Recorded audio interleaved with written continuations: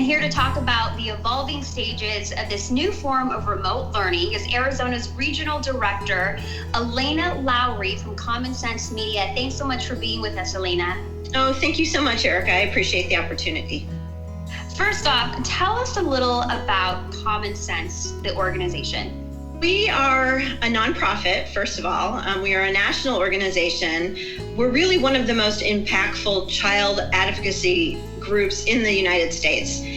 We opened our office here in Phoenix in 2018. We're a trusted guide for families and educators and advocates who help kids thrive online. In response to the coronavirus, we launched a new portal. It is called wideopenschool.org. It's a free collection of some of the best online learning experiences that are out there. Some of our partners include Sesame Workshop, PBS, Scholastic, Khan Academy, National Geographic. I mean, names that you're familiar with as far as educational opportunities.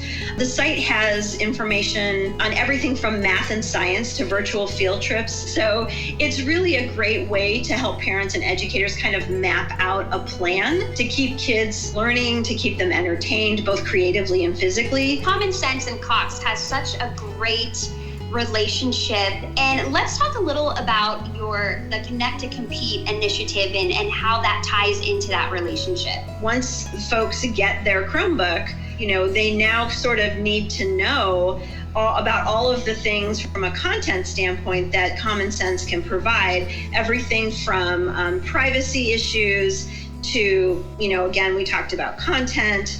So we're just kind of there as a partner to help provide the content and the resources and the advice to parents to help with that management of the screens for their kids. Wow, Elena, thank you so much. We really sure do appreciate you and everything that Common Sense is doing to support families and students in our community. Thank you so much for being with us. Thank you, Erica, and thank you to Cox for being such a great partner. I also had a chance to catch up with Cox Communications VP of Public Affairs, Susan Annable, to talk about how Cox Communications is committed to helping students and families narrow the digital divide through the Connect2Compete initiative. Hi, Susan. Welcome. Thanks so much for joining us. Thank you for having me.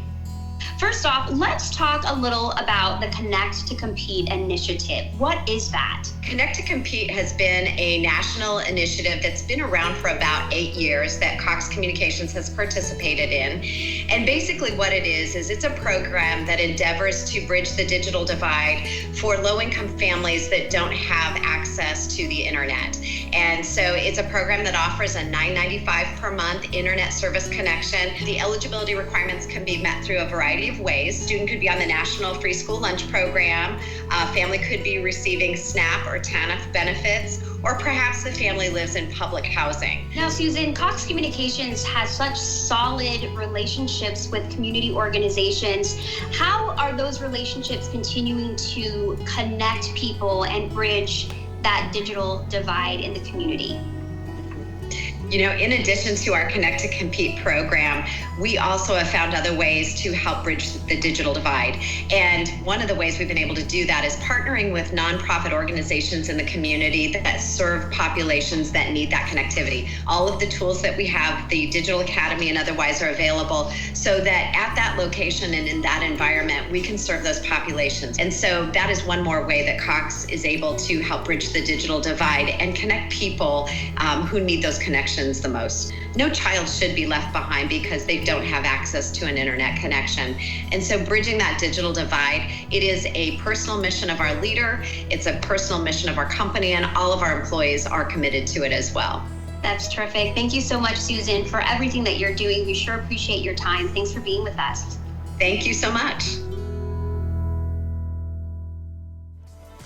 As we continue to practice self-isolation, make sure to subscribe for more encouraging and uplifting videos like this one.